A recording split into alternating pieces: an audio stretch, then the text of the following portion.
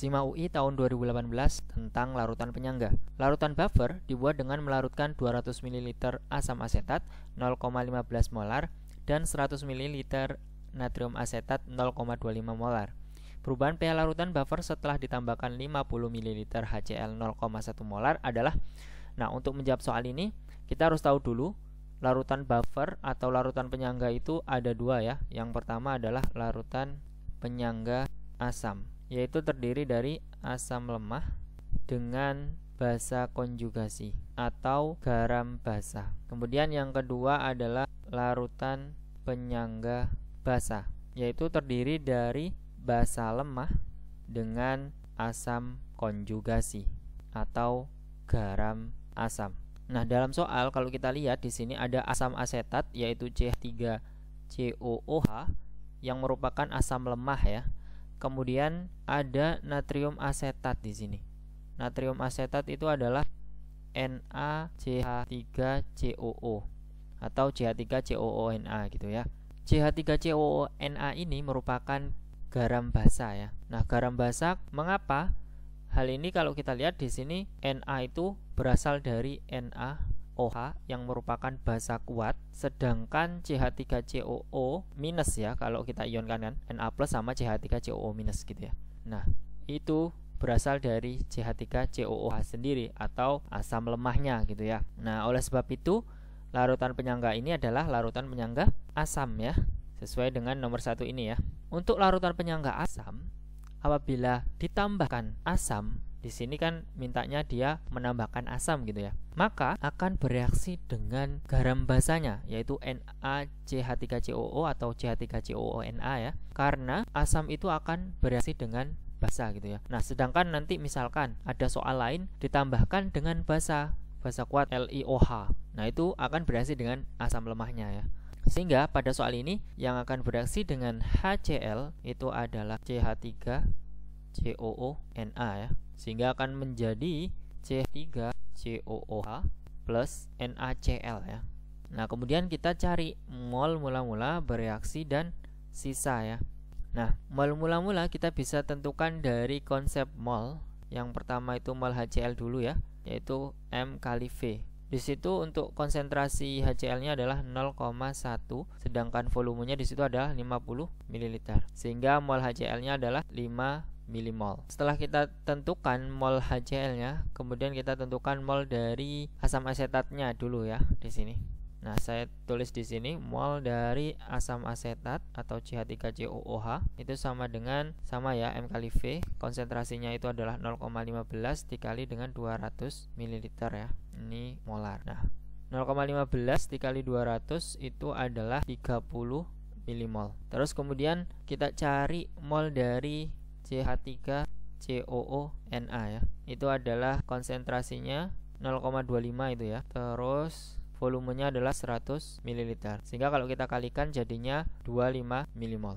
Kita masukkan aja yang telah kita tentukan mol-molnya tadi itu pada mol mula-mulanya ya. Di sini HCl 5 milimol. Kemudian CH3COONa molnya adalah 25 milimol.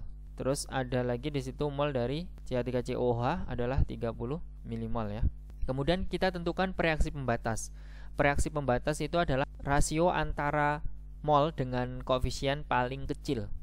Jadi kalau kita lihat di sini antara HCl dengan CH3COONa, karena koefisiennya sama-sama 1, berarti nanti rasionya itu 5/1, kemudian 25/1 juga.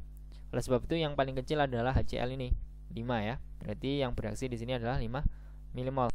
Kemudian untuk menentukan bereaksi yang lainnya, kita bisa pakai perbandingan koefisien ya. Karena 1 dari CH3COONa dan HCl juga 1, maka perbandingannya yaitu 1 dari CH3COONa dibanding dengan koefisien dari HCl yaitu 1 dikali dengan mol dari HCl yaitu 5 milimol. Tetap ya, jadi nanti 5 milimol. Nah, kemudian untuk CH3COOH sama ya, berarti 1/1 kali 5 milimol. Terus di sini NaCl juga sama ya. Nah, kemudian untuk reaktan lama-kelamaan akan berkurang ya, sedangkan produk lama-kelamaan akan bertambah gitu ya. Nah, berarti di sini HCl 5 kurangi 5 habis bereaksi ya, karena dia sebagai reaksi pembatas ya. Terus kemudian di sini CH3COONa-nya menjadi 20 milimol ya. Terus di sini ada CH3COOH adalah 35 milimol. Untuk NaCl-nya adalah 5 milimol. Nah, kemudian di sini yang ditanyakan adalah pH larutan buffernya. Nah, pH kita bisa tentukan dari rumus buffer ya. Konsentrasi H+ itu sama dengan Ka dikali dengan konsentrasi CH3COOH atau konsentrasi asam lemahnya ya, dibagi dengan konsentrasi CH3COO- atau basa konjugasinya ya. Nah, dalam soal ternyata di sini yang diketahui adalah pKa. Nah, kita butuhnya Ka, berarti kita tahu pKa-nya di sini adalah 4,7. Maka untuk mencari Ka, kita harus tahu P itu adalah main log. Jadi main log Ka itu sama dengan 4,7. Sehingga Ka-nya itu sama dengan 10 pangkat minus 4,7 ya. Kemudian kita masukkan aja yang diketahui di situ. Ka-nya adalah 10 pangkat minus 4,7. Konsentrasi CH3COH ini yang diketahui adalah molnya ya. Terus kemudian CH3CO- juga yang diketahui molnya ya. Nah, karena konsentrasi CH3COH dibagi dengan CH3CO-, kita nggak perlu mengubah mol dari CH3COH dan CH3CONa ya. Karena nantinya volume totalnya nanti akan dicoret ya. Oleh sebab itu kita langsung masukkan aja nilai dari molnya ini. Berarti kita tulis saja CH3COOH itu adalah 35, sedangkan CH3COO- ini kan dari CH3CONa. Kalau kita ionkan CH3COONa itu yaitu CH3COO- dan Na+. Dimana CH3CONa tadi adalah 20 milimol, maka sama ya karena koefisiennya juga sama ya. Jadi CH3COO- adalah 20 milimol. Sehingga untuk CH3COOH itu 35, kemudian CH3CO- adalah 20. Nah, 35 dibagi dengan 20 itu adalah 1,75. Kemudian dikali dengan 10 pangkat minus 4,7. Nah, ini untuk konsentrasi H+.